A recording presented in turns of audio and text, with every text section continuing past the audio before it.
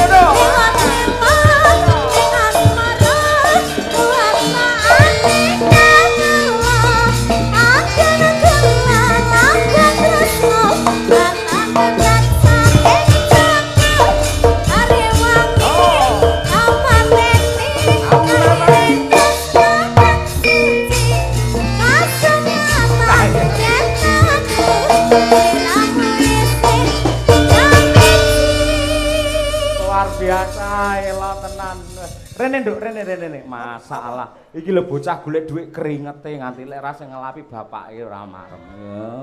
Kaya ngene. Golek dhuwit nduk ge awan bengi tanggapan terus kaya ngono kuwi lho sing kok golekne sapa? Aja cedhek-cedhek karo gareng ambune wengur kae. Ambune bathek, Pak. Kene tak resikane.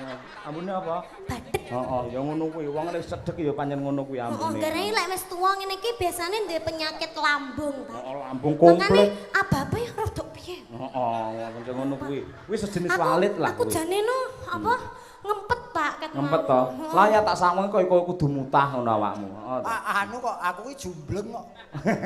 Kowe anu aku ya kemringet tok, Mas. Hah? Aku ya kemringet. Tak lapane remu kene, ndang. Iki dagangan. Dagangan arep dirusak. Ah iya luar biasa. Bocah iki pancen multi talenta. Kowe anggere gelem karo aku tak kei sepeda motor ji. Apa kuwi? Iki. Lho. Kuwi lho kunci omah. Lah iya iki kuncine sapa keri iki? Sing ketalan kunci griya niki. Omahku kuwi, kunciku. Apa? Kuwi kunciku kuwi. Kowe kos lho aku kunci barang. Iki kunci sing kecalan kunci. sinten? Griya niki sinten nggih betok karo Yang kehilangan kunci. Pak Kari nggih. Nggih, sing kehilangan kunci mohon untuk di samping panggung sebelah kiri. Dipastikan nggih, Pak. Pak Kari, ingkang ngasta Pak Kari. Nggih Kari niki. Kari niki.